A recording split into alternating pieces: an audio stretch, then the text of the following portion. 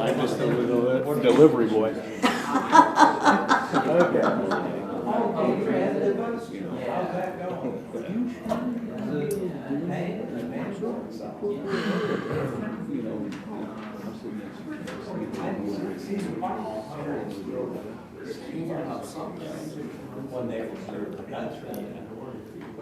So that'll be interesting thing.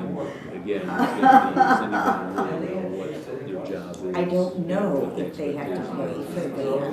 I don't know why there's so much class on the front of it. No problem.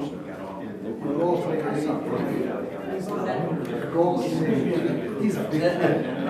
Don't rely on me. Yeah. Yeah, exactly. Yeah. Hi. So the buzzer's not working. Oh, and I also managed to Time's up. I don't know. begin the process of doing our spark pay, Amy, do you spark know if you're able to whatever, open we can get donations. Hey, John.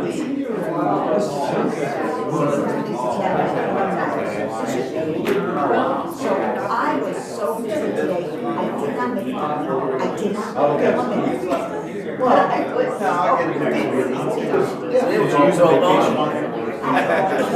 This was supposed to be a vacation. Did that come from me or was it someplace other? Oh, it was all, yeah. Did I send that out? No. Every single bit of it.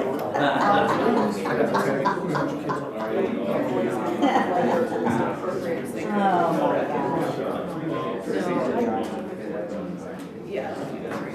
This is very productive. Well, I know where it's from. I mean, I can see there's And that's okay. Done with my building stuff over the weekend, so it's fun. Oh, gosh. Well, I have to pay for it. So they don't understand. No, I know, but yeah.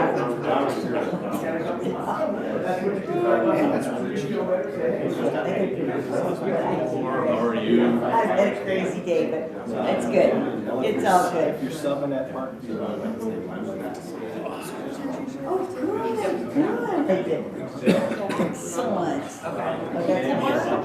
Barb, I'm sorry to interrupt, but were you able to open the, Dennis's email about the roundabout? The .odt file? Because you responded to him, and none of us could open it. Whoever sent it to me, yeah, I was. The one that you sent? Yes.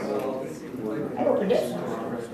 Which is weird, like, I can't open it on my laptop. Yeah. Yeah, I was able to open that. Yeah. Yeah, it was no big deal, yeah.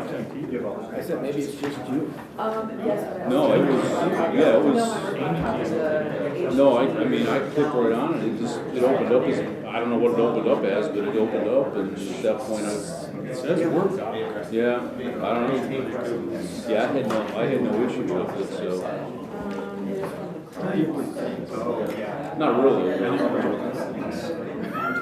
Oh, but you do have the biggest line. Well, Oh, I think you took me.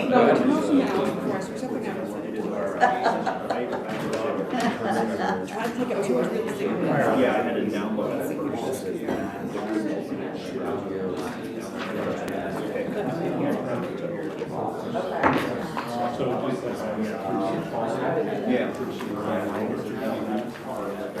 Well, something similar. Yeah, something. Try to figure it out. Send it to me. Usually I'm not that. See if I can too. This is, it lets me. All right, good evening. It's after 7 p.m. It's a regularly scheduled meeting of Wooster City Council held this evening, Monday, March 3rd, 2025. We are here live in council chambers, and we are also live streamed on YouTube. Our next regularly scheduled meeting will be March 17th of 2025. St. Patrick's Day. Yes, St. Patrick's Day. Ms. Hamilton, please call the roll on our attendance. Mr. Abernathy. Mr. Gaffey. Here. Mr. Huzay. Here. Ms. Knappich. Here. Mr. Malta. Here. Mr. Myers? Here. Ms. Warden? Here. Okay, we have a quorum, and we were aware that Mr. Abernathy was not going to be available this evening to attend, and the agenda will remain as presented. At this time, I ask you to stand and join the members of the City Council in reciting the Pledge of Allegiance. I pledge allegiance to the flag Of the United States of America and to the republic for which it stands, one nation, under God, indivisible, with liberty and justice for all.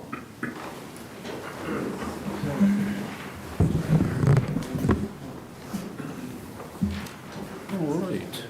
Can I have a motion to approve the minutes from our last meeting? So moved. So moved by Mr. Huzay. Is there a second? Second? Second by Ms. Knappich. All those in favor of approval signify by saying aye. Aye. Any opposed? All right. We have no petitions or communications from the public. We have no committee reports or public hearings. And for the general public, usually you're aware that usually the communications from the mayor administration, we would have already done that, but we have moved him to a little further back in the meeting for a couple of different reasons. So with that, we'll move right into unfinished business, which at this point, Ms. Hamilton, you please read it for us. Ordinance number 2025-02, an ordinance authorizing the mayor to enter into a pre-annexation agreement with certain property owners for the purpose of facilitating the annexation and extension of utility services to those properties and allowing for immediate enactment. Mr. Malta, the floor is yours. Thank you, Mr. President. I would like to state first that I don't believe this has been an issue in the past, and it hasn't happened before, but I would like to ask the administration moving forward that we're sure to communicate all agenda items with council. I feel it's best practice to communication from you to us, from the requesting manager. And that keeps the public informed and us informed. So with that, if there aren't any questions on this ordinance, I would like to motion to move it to the third and final reading. Okay, motion to suspend the rules by Mr. Malta. Is there a second? Second?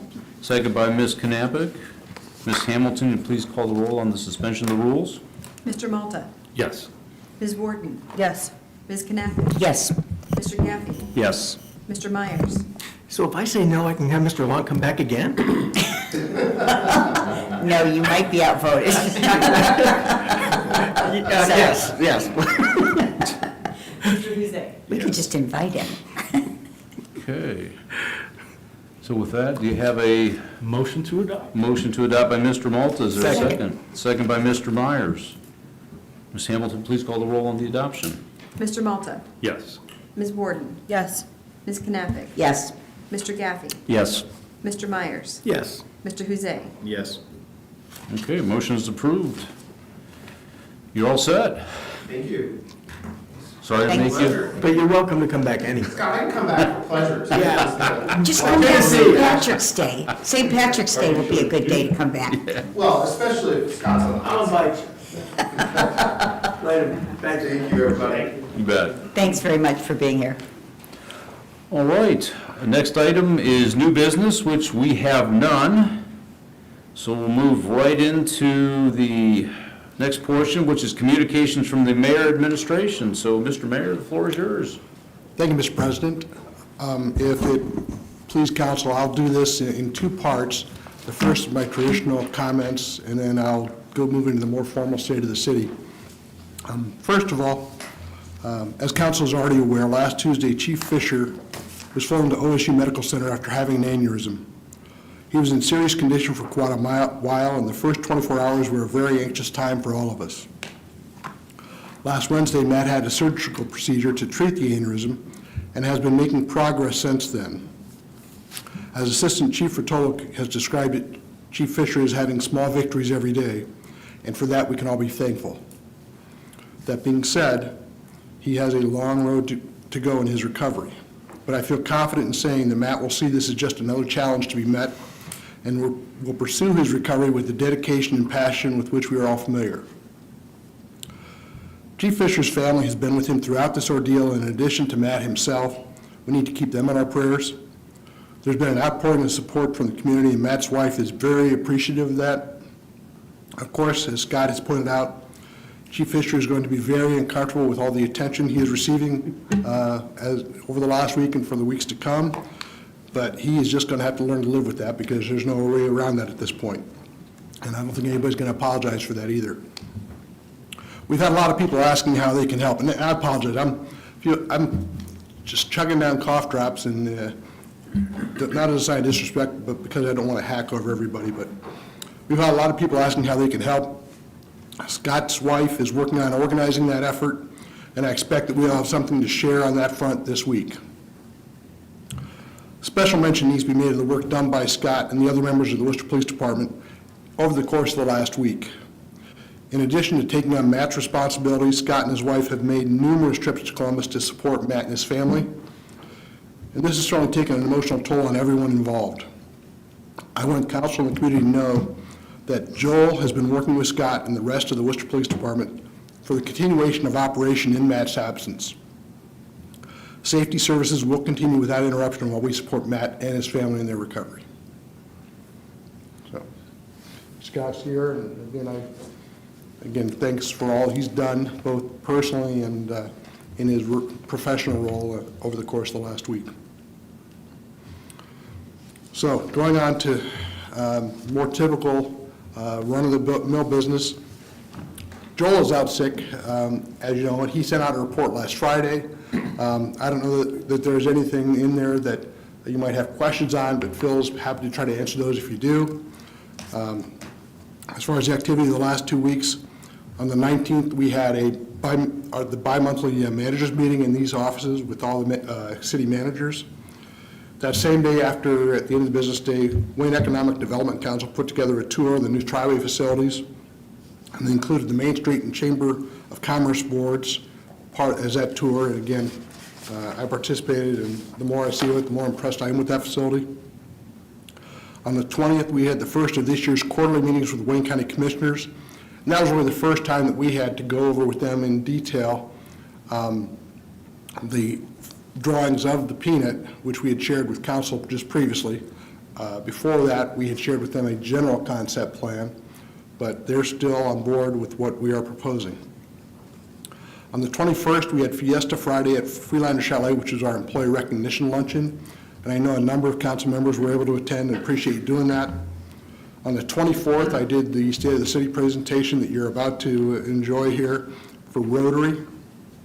For those of you that want more of that and missed the Rotary presentation or the Kiwanis presentation, this Thursday I'm going to Lions Club. It'll be your last chance, so I'm sure tickets are available. On the 25th, we had a work hard meeting, and ironically, that was the day Matt had his incident, and I sat next to him and had no clue that there was something in the wind. Lucas is aware of this, but we've had some concerns about what fallout there might be from the fall elections with regards to that group. And the good news is that the concerns we had at this point appear to me may be unfounded. That person that ran out of county on a strong anti-warthog platform has kind of backed down now that he got familiar with it. So knock on wood, hopefully that's not going to be an issue.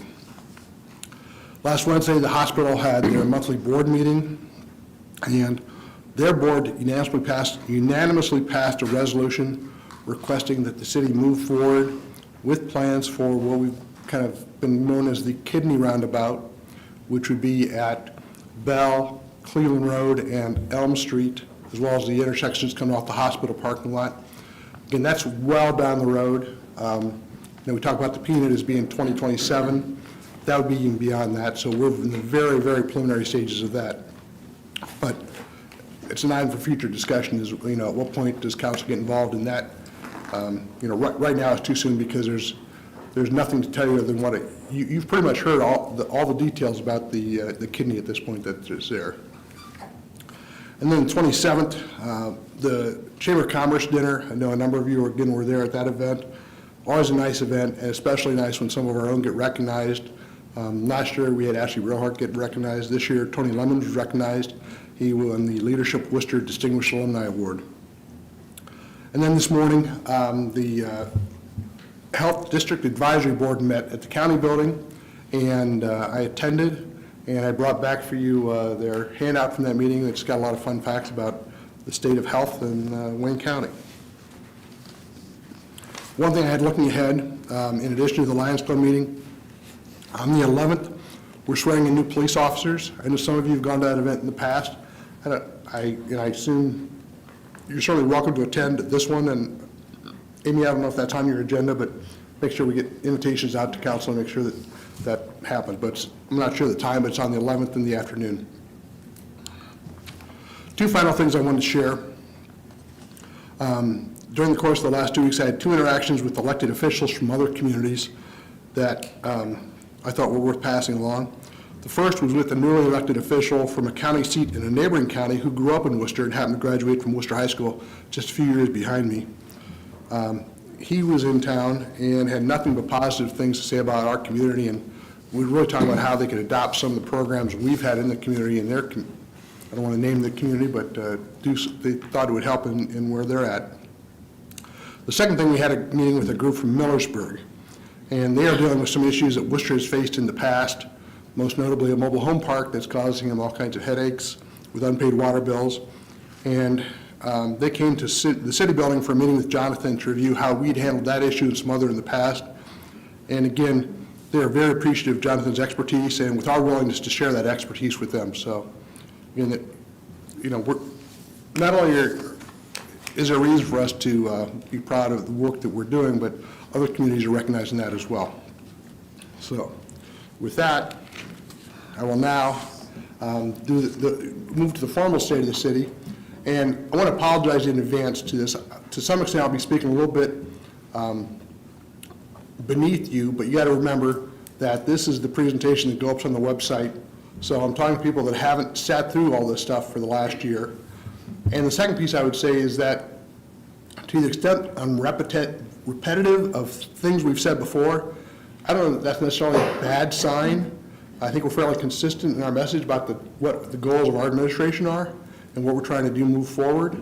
And I think we've tried very hard to be transparent in that. So I'll be stunned if you hear anything over the course of the next 20 minutes or so that you say, boy, I didn't see that coming. So with that.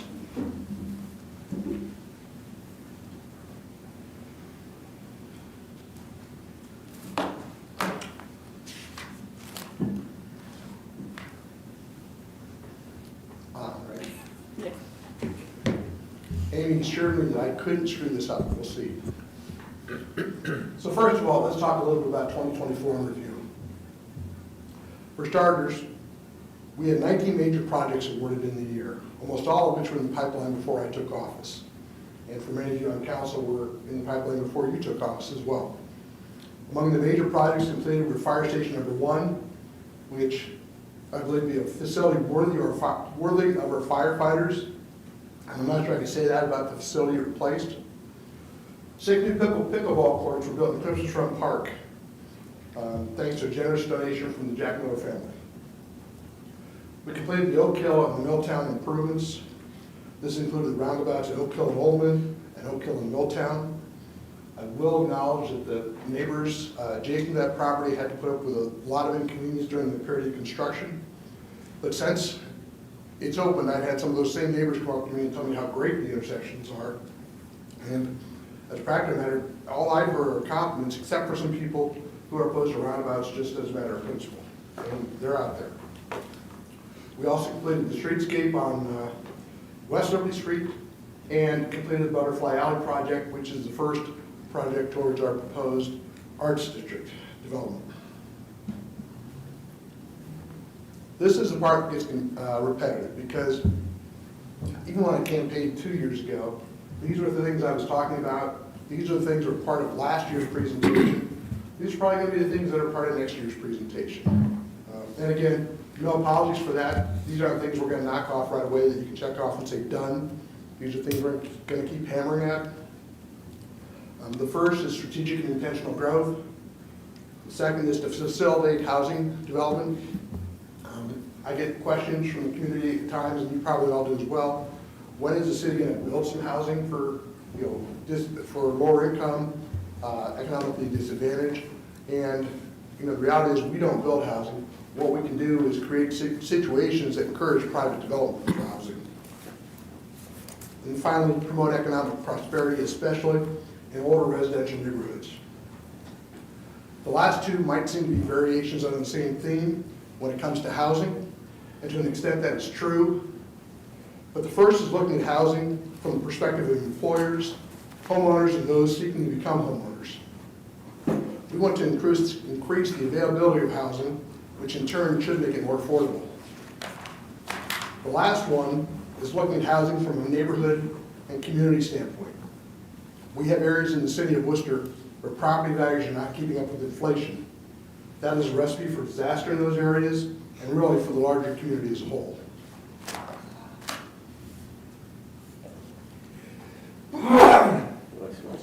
I'll take a little bit of a deeper dive on these. The strategic and intentional growth means not just growth for the sake of growth, but using tax incentives where warranted and not as an entitlement. Our goal is to attract basic sector employers offering full-time employment with benefits. And as an example, the 2024 tax incentive we provided to Wooster Brush when they were looking to expand allowed them to bring Welch packaging into their facility as part of that project. So not only did it allow Wooster Brush to keep their expansion in town, but also opened up an opportunity for Welch packaging to come to town as well. We have several projects in line for 2025, I think some of which council is aware of, which in turn is going to present another challenge because we are fast approaching the time when we may have used up all of our area for expansion of industrial sites. And the question is going to be, the next time a local employer wants to expand and they want to stay in town, where do we point them? So again, that'll be a challenge going forward. Housing. Again, we spend a lot of time talking about housing, and there's a good reason for that. I want to direct your attention to the chart in the lower, or the graph in the lower right-hand corner at first. This shows the problem we're facing locally and reflects housing starts over the last 15 years in Worcester. And I passed around an article I pulled out of the Daily Record. It was a national article that just got included a couple weeks ago. And I thought, it's kind of spot on. And if you've read much about the housing issue in the country, there's a reason it's a nationwide issue. A lot of the issues that led into it are national things. The housing, the financial crisis of 2008, COVID, those types of things. This graph really undersells the problem because this only reflects new units that were built. It doesn't reflect net change in units.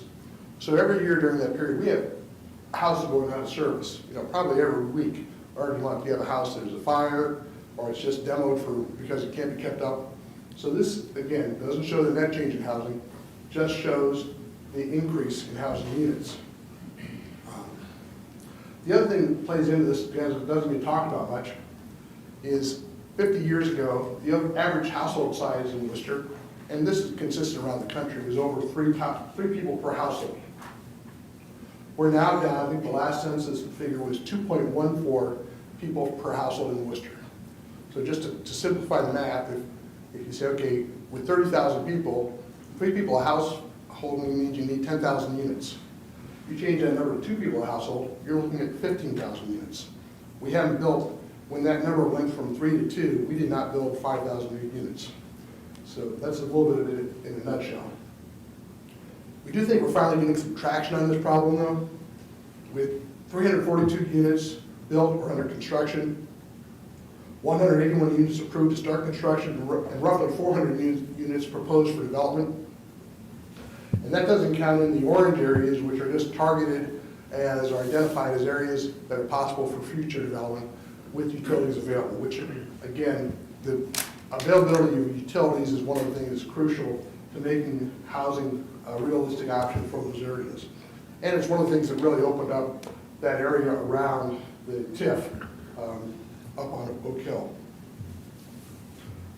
Next thing we've done is we've formed a steering committee of community members, including development professionals, that met throughout 2024 to look into the question of how best to modify the current zoning code to address changing community needs, changing demographics, and changing community preferences.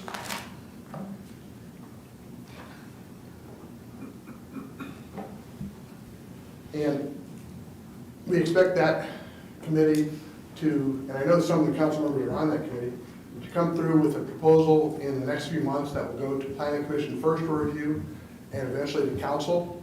We expect them to recommend changes in the zoning code throughout every zoning classification, but we also expect that the biggest impact will be in the RT district.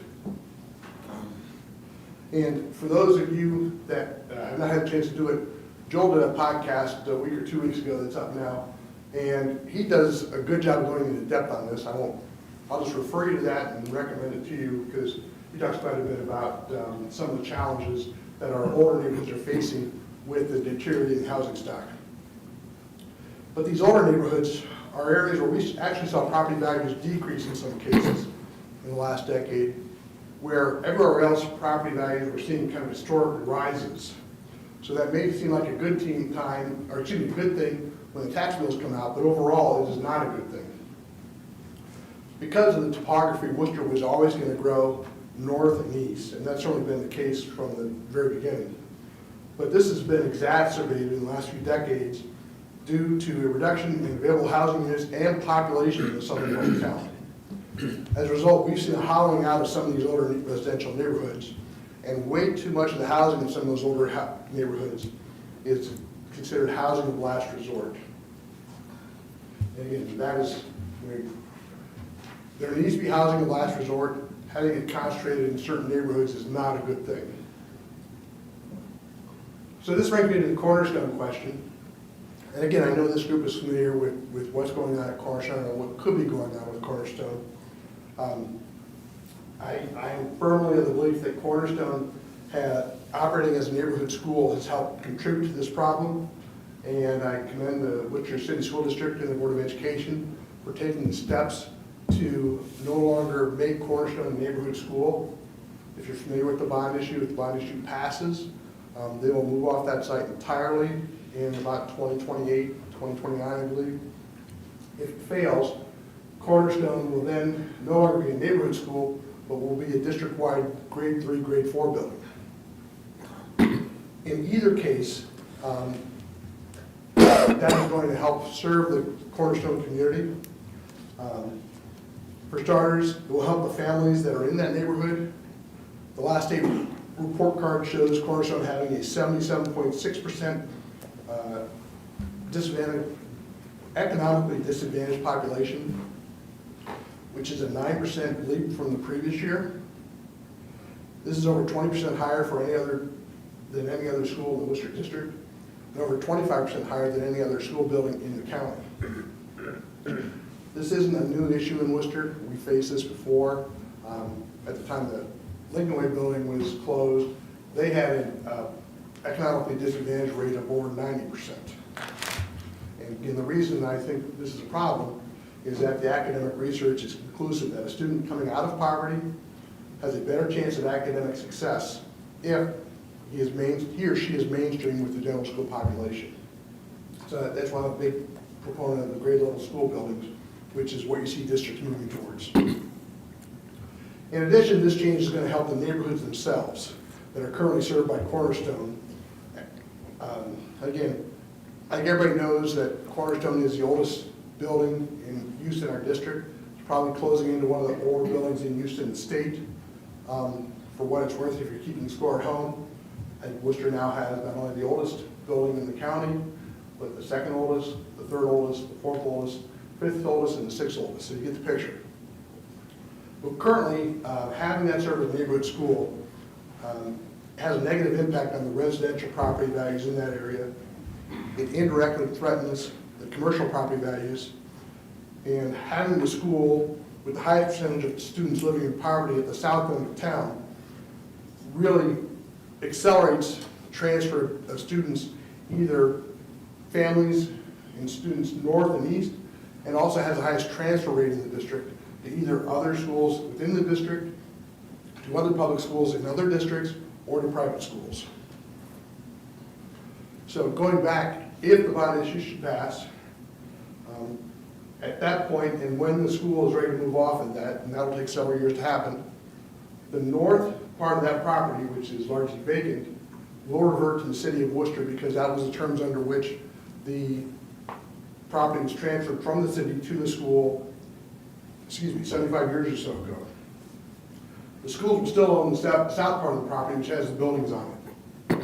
And at that point, we'll almost be in a partnership with the schools on how to dispose of that property best. We've talked quite a bit to the schools at this point, and it seems like the best way to go about repurposing that site is through Wooster Growth. This has been done successfully in the past. Wooster Growth redeveloped the Horn Nursing Home site on Market Street, as well as the Freeland Department Store site. And if you're wondering about this picture and trying to decipher this picture, trying to figure out what stays and what goes, you can't tell. It is intentionally vague, so you can imagine that with all the buildings staying or all of them going. It's just one example of types of uses that could be made of that property. And all I can tell you on behalf of Wooster Growth is we're determined to make sure that whatever happens to that site, it's not only an asset to the neighborhood, but also to the community as a whole. It could be a mixture of public uses, it could be including private residences, it could be all one or all the other. Time will tell, but we'll make sure it's used in a productive manner. Also want to address a rumor that is apparently out there that says there is a handshake deal in place in some back room, that there's already an agreement as to what's going to happen with this building or that site, and that is absolutely untrue. Everything is on the table. There has been interest from a number of groups in the community about, hey, I think we can, locate such and such there, and that's great. The more interest, the better. We'll have a better competition of ideas there, but there is nothing predetermined about what's going to happen with the site or with the buildings on that site. The other thing we have going downtown is the Arts District, which again, I touched on the Butterfly Alley project a little earlier. And we now have our anchor with the Lyric Theater project. This is another opportunity to revitalize one of our older neighborhoods that probably could use a little TLC in some areas. I want to take a little bit of a deeper dive on the housing. And again, I shared with you that article from the Record, which is in and of itself repetitive of much of the other literature you're going to find on the housing issue facing really every community in our country. The problem has been described by some as a matter of affordability and by others as a matter of availability. I would argue that those two issues are one and the same. A basic matter of supply and demand. If we can increase the supply, we can bring down the cost on all units. And again, going to the causation, and there's kind of a little bit of a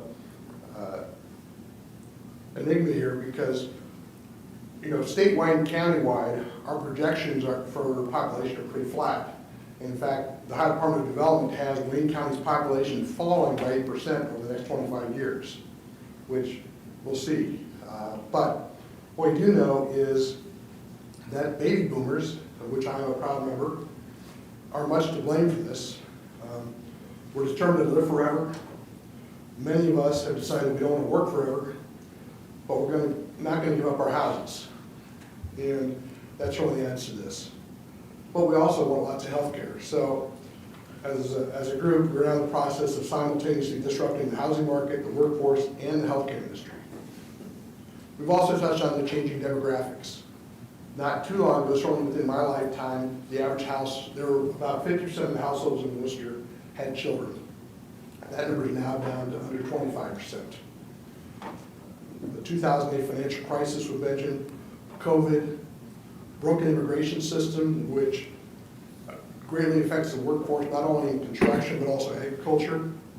NIMBYism, I think that's a phrase you're probably all familiar with, that really allows a local minority to dictate development policy for an entire community, and finally, outdated zoning codes.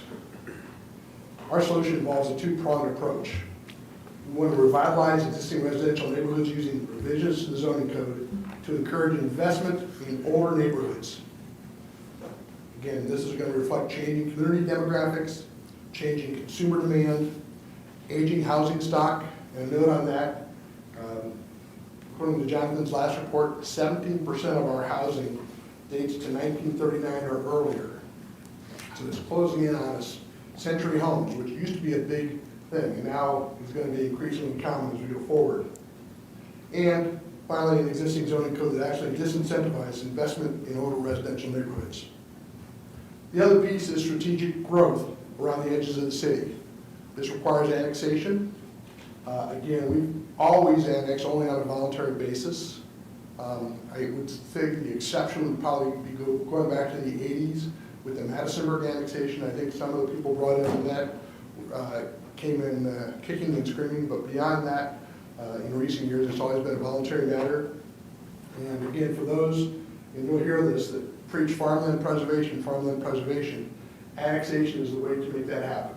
It allows for denser housing that's more sustainable and it preserves more farmland for the farmers. The housing growth will require infrastructure improvements. And we've taken advantage of TIF funding, tax increment financing, to make this happen. Traditionally, the improvements would need to be paid for out of the general fund or financed by bonds, which in themselves would have to be repaid out of the general funds. For decades, the lack of improvements was a barrier to development at the north end of Oak Hill, and was also the reason why a septic truck had to be called every Worcester High School football game to handle the crowd. As a result of the improvements paid for to date through this TIF, we are now going to see an additional 400 new housing units in that TIF district. And the tax revenues generated by that new investment will in turn pay not only for the infrastructure improvements, but will then use to help support the schools for the life of those improvements. We know it's kind of a chicken and egg type of thing. We put in the improvements, it allows the housing to take place, which again puts more demand on the infrastructure. It's a symbiotic relationship there. And this, this is why we improved Oak Hill, it's why we improved Milltown, it's why we put in those 2 roundabouts. And this is going to lead to our favorite topic, the peanut. This has been an intersection which has been a source of concern for decades, and which is only going to get worse in the next few years, to the extent that instead of just the current daily delays, the situation will better be described as a choke point. There isn't really much question that something needs to be done for that intersection. The real questions are what type of improvement to make and when to make it. In terms of how to improve the traffic flow, there have been a number of suggestions that were rejected either because they were impractical or because they wouldn't noticeably improve the traffic flow or both. Included among them was adjusting the intersection to align the east end of Oldman Road and the west end of Winkler Drive, either by moving one or the other or by moving both. Another idea was to turn the west end of Winkler Drive into a cul-de-sac to force all the traffic that now comes up Winkler to find other access to Burbank Road. More recently, I heard a proposal to turn Oldman Road into a one-way road. And another is to turn Burbank into three lanes all the way from Highland to the bypass. We believe, with all due respect, that an elongated roundabout is a far superior solution to any of those alternatives, and as currently proposed, it will have the least impact possible upon the neighboring property owners. So that just leaves the question of when. No question that the construction of this roundabout or any other improvement at that intersection will be disruptive to the neighbors. But the longer we wait, the more disruptive it's going to be. Because we know that the traffic levels in that are going to rise because of the additional construction we know that's going to take place in that area, both residential and commercial. This will require a small amount of right-of-way from some of the neighboring owners. But the vast majority of that land will come out of land now owned by the county. And the Wayne County Commissioners have been extremely cooperative in making that available to us in order that we can minimize the impact on the neighboring landowners. And again, the risk of being repetitive on this thing, it is a mistake to think that all future county commissioners will have the same attitude towards that type of movement. And finally, the cost of this property is only going to increase the longer we delay. For all those reasons, I believe that now is the time to move forward with that project. Transportation. This, I don't think, was on our State of the City at all last year. This was not on my radar, but it is something we spent a lot of time about. When I say we, administration, council, certainly Mr. White. More to come in 2025 and beyond. By way of background, for not so much for council, but for anybody else listening, Wayne County participated in the SARTA program administered by Stark County up until last fall. That program went away, and we've been scrambling ever since to fill the vacuum. Without going into any detail on short-term solutions, long-term, the city of Worcester is starting up a public transit system that will be heavily reliant on state and federal funding to maintain operations. Kevin has been hired to run that, and though initially the program will be pretty much limited to Worcester, the plan is to eventually expand that so that it will be a countywide system. And with that, I will conclude my remarks. I just want to say that I think we accomplished quite a bit in 2024. And when I say we, I mean the administration with council support. And we have an opportunity to build on that in 2025. Just a quick rundown of what's on the slate this coming year. We have a new pool coming in at Christmas Run. We have additional housing units that will be in place. We are looking to make revisions to our zoning code. And again, that'll be here sooner rather than later. We're looking to annex some additional territory for future housing needs. And as I touched on before, we've got to explore additional areas for industrial expansion if and when that opportunity comes. We don't want to have somebody come to us and then say, oh, geez, let's go find a place. We want to have something set aside that we know is available for the right usage. We need to implement and expand the transportation system. And again, that's not a one-year project, but that'll be ongoing. And finally, we need to continue to improve the infrastructure for the quality of life for our citizens. And with that, I want to thank you for your time, and thank you for your service to the city of Worcester. Be happy to take any questions, but I may have exhausted you already, so we'll go with that. Thank you. Thank you very much. Mr. Mayor, I do have a question related to the zoning.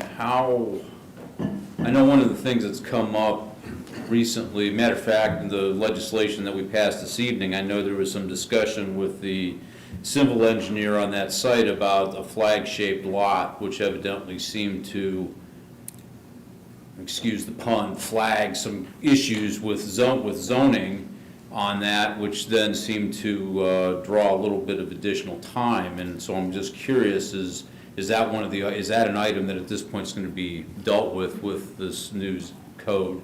You know, I can't tell you. I'm not part of the committee that's meant to discuss those, being Barb or someone else can.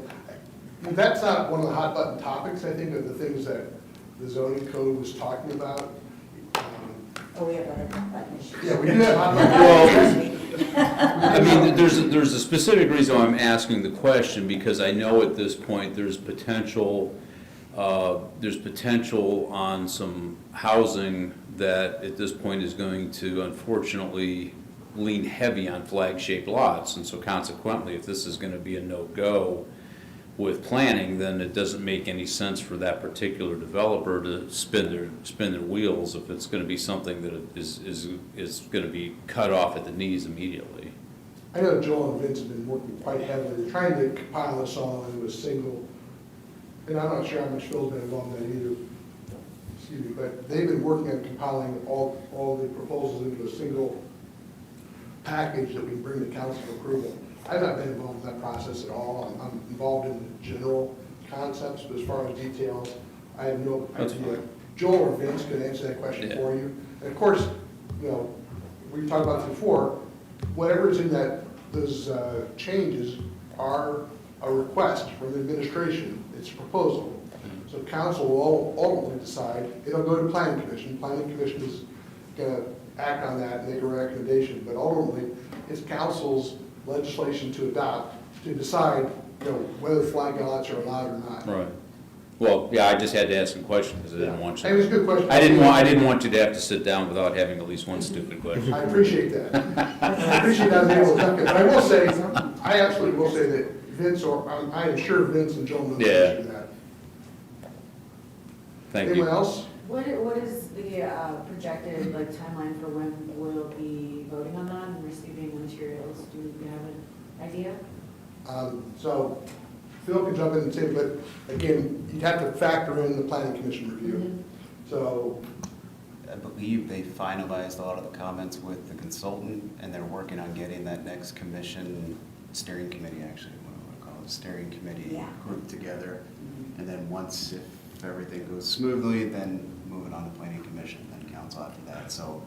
I would think with all that, and that's certainly not going to be something we do in one reading. I mean, Yeah. So, I would think it'd be probably closer to the end of the year, just because we haven't even, the committee hasn't even seen the final presentation from the marketing or the group that's doing, it's not a marketing group, but the group that's assisting, and then it has to go through planning, and then it has to come back here. So I would imagine probably not till we come back from summer break. I was going to say at the earliest, right before break, that may be overly optimistic, so maybe Bart should probably be more accurate on that. Or you may need a summer break to review. Which is great, you know, Because when it's huge. when you hand me the budget, I'm like, it might as well be written in Chinese, but math is not my forte, but this sort of thing, I can wrap my brain around, and so I do like to scrutinize it a little bit more. And unlike the budget, where, I mean, you are facing a deadline to get that done. I've been in your seat before, and you are, and this one, we're not, Yeah. our only deadline to this is internal. We think changes need to be made. We're going to have recommend a bunch to you through this process, and again, I have no idea what's in there. Whether council takes some of it, all of it, none of it, that's going to be council's decision. All we can do is propose. At this point, it hasn't even gotten to the point where the committee is going to accept some of it, all of it, or none of it, so it'll be a while. So yeah, I think Barb, and Lucas is on the committee too, and Jim, I don't know if you were, but No. I know Barb and Lucas are, and I think they'll attest that I show up, I welcome everybody, then I say, have fun, and I leave, and I come back again and say thank you. And that's about as far as we design it as far as the details of the changes. Thank you. Anything else? Again, thank you for your time, and again, I don't mean to, try to keep in mind that this is for people that have not had to hear about a TIF or hear about all these things, so I said that with in mind, and again, I hope I didn't insult your intelligence more so than I usually do, so thank you. Thank Thank you. you very much. Okay. We'll move on to miscellaneous, which at this point, we have one individual to sign up. So, Mr. Barnett, if you want to. Good. 2 minutes isn't much time. There's a lot of subjects I gotta talk about. Hopefully, in the next work session, they will let the public talk. I want to know, which one of you bought a house that wants to lose money on? Anybody? It is up that, with that roundabout there, in my driveway, the neighbor's house, and the other neighbor's house, and the other neighbor's house both lose their property value. In other states, the city talks with the citizens, and they agree to bring an arbitrator in and agree on a price that would be fair to equal out their loss on their property. You know what we got? We got a letter. So this is what we're gonna do. That's all I gotta say, because I got a lot more to say. But I want to mention also, Mayor, you talked about doing May 27th, or May of 2027. What about the fireworks show? Someone asked me about that. You want to give that up? Folks, I'm not going away. And if I get more than 2 minutes to talk, 15 and a half hours, I can tell you some stories, okay? Thank you for your time and trouble. Thank you, Thank you. Mr. Burnett. All right. I guess we'll start with Mr. Huzet this evening. Any Any additional miscellaneous comments you have? Just thoughts and prayers to Chief Fisher, wish for a speedy recovery. If my brother in North Ridgeville is watching, happy birthday, and we'll see everybody on St. Patty's Day. I think the mayor's bringing some green beer, right? I hope so. Afterwards. Thank you, Mr. President. Thank you. Ms. Knappich? Thanks very much. I want to also send my best wishes and God bless Chief Fisher, his personal family, and his city of Worcester family. I know everybody is really worried about him, and we keep them in our prayers. I want to send out a congratulations to Tony Lemon on his award of Outstanding Alumni for Leadership Worcester. Unfortunately, work prevented me from being at the chamber meeting Thursday night. I was hoping to be able to tell him congratulations in person, and I think those are the things that I have for tonight. Thank you. Thank you. Mr. Gaffey? Yeah, I would just say, I've really enjoyed getting to know Chief Fisher over the last year since I've been on council. And so certainly thinking of him as he's recovering, and we'll be praying for him through that time. And that's it for me. Ms. Warden? Yeah, I think we can all agree that we're pulling for Chief Fisher here, and, definitely have him in our thoughts and his family. Again, congratulations to all the winners at the Chamber of Commerce dinner. It was quite an undertaking for the staff at Greystone to be able to carry out such a largely attended, very packed house that evening, and I think, at least from my perspective, they did an excellent job, so well done. And I know I had one more thing I wanted to say, but I can't remember, so we're good. I'm cutting it short. Thank you. Mr. Malta? Thank you, Mr. President. Yes, again, prayers for the Fisher family. Our thoughts and prayers definitely go out to them through this tough time.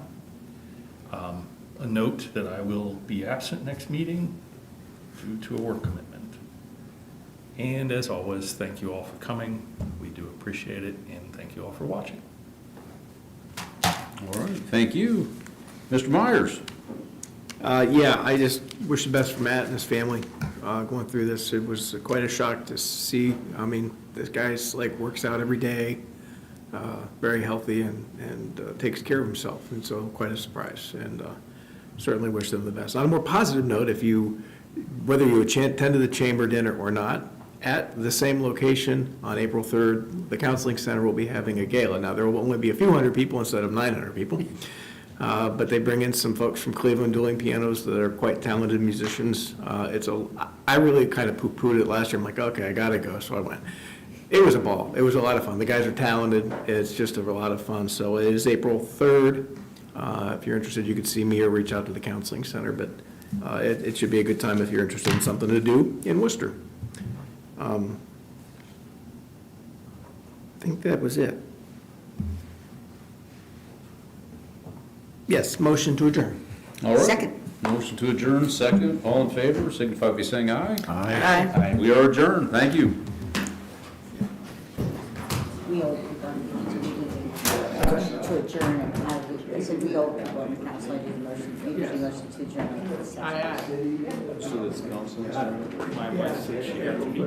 Yes.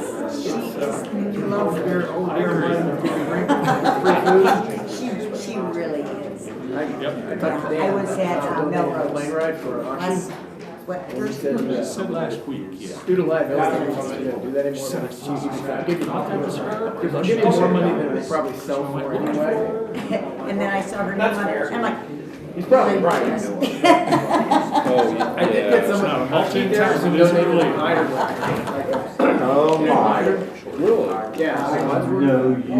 That's going to be before. That will be cool. He's paying for it. He's I actually thought so. I married him. He said, you'll be you'll be with Oh, my God, I love Well, we divorced. Well, that's okay. Every sex is fun. Not as a wife. Bonnie was Yeah, he was talking about, when I asked him about, he thought I was doesn't gonna do that, so he said, he wanted me to say, but I'll do the glider thing. He said, that might be more interesting than I think it was But we got to do some That makes it all, that makes it all. Yes, sir. I took notes, that way, whenever they. That's, I mean, I know that there's gonna be, I mean, Oh my gosh, this is so funny. Probably